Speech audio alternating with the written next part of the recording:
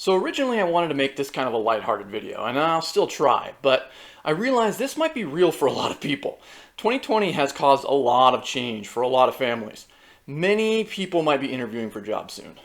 D&D is one of those hobbies that has a lot to offer your next employer. Every week you are practicing skills that make you a great hire. So here's why I feel you should put D&D on your resume.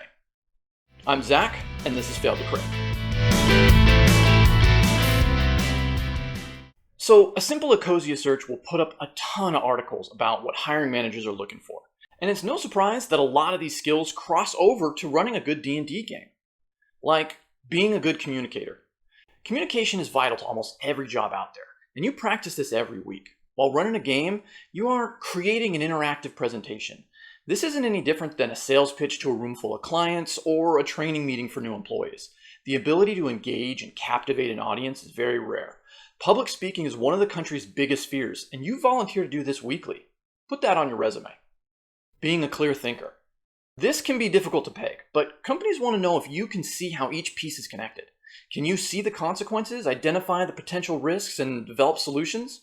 This might feel like a bit of a stretch, but when you're building a puzzle or a trap, when you're making an encounter, or even planning a session, you are trying to predict many outcomes, how each might react, and what skills are needed for success. As a DM, you're managing a lot of moving pieces. By creating challenges and problems for your players, you're also creating solutions.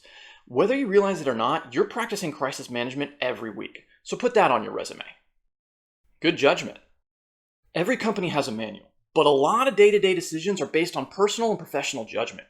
No guide is ever comprehensive enough to account for the human dynamic. A company needs to know that you have the skill to determine when to follow the rules as written and when to make a call that fits the rules as intended. This is straight out of the Dungeon Master's Guide. We are constantly looking at situations and weighing the rules as written versus rules as intended. Being able to make a judgment call that's good for the company, good for the customer, is the same as making a good call in your game. We practice making big picture decisions each week, so put that on your resume. Being organized.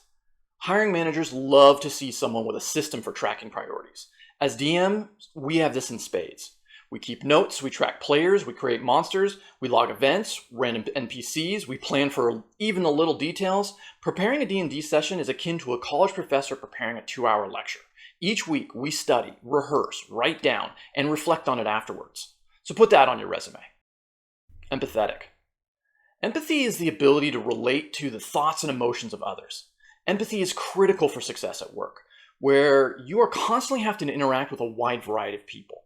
There are many systems that categorize personalities. Myers-Briggs, success factors, the Berkman method, or even a basic D&D alignment chart. As DMs, we are constantly interacting with our players. We empathize with them to find out what will keep them engaged at the table. We use that to motivate them, and then we try to inspire them. Companies are always looking for this level of leadership, whether as managers or as teammates. So put that on your resume. Confidence. Not to be confused with arrogance. Confidence is a quiet strength that comes from knowing your worth and your abilities. Do you know how much confidence it takes to run a campaign? To try a funny accent for the first time? To create worlds or characters and share them with strangers? To put yourself out there and risk being mocked or criticized? These are all examples of true confidence. The ability to try with the risk of failure. To stand in front of people and ask them for their time and attention. To entertain and inspire. To captivate with your creations. We do this every week, and you should put it on your resume. Humility. Look, you can't get more humble than putting D&D on your resume. It shows that you obviously don't take yourself too seriously, and that you're proud of your hobbies, and you're not afraid to show it. It shows that you can laugh at yourself and realize that you're a bit of a nerd. But I'm willing to bet it sparks up way more conversations than not. It's a great icebreaker, and you'd be surprised how many people play or want to play. So put it on your resume. Hey. I know 2020 has been rough, so hopefully this helps. And you can help me by bonus actioning that like button. Share or subscribe. We are really trying to grow the game and the channel. And remember that every new person who sees a D&D video might be a new player or a new DM running a game. So help us out. I'll try and roll better the next time. Thanks for watching.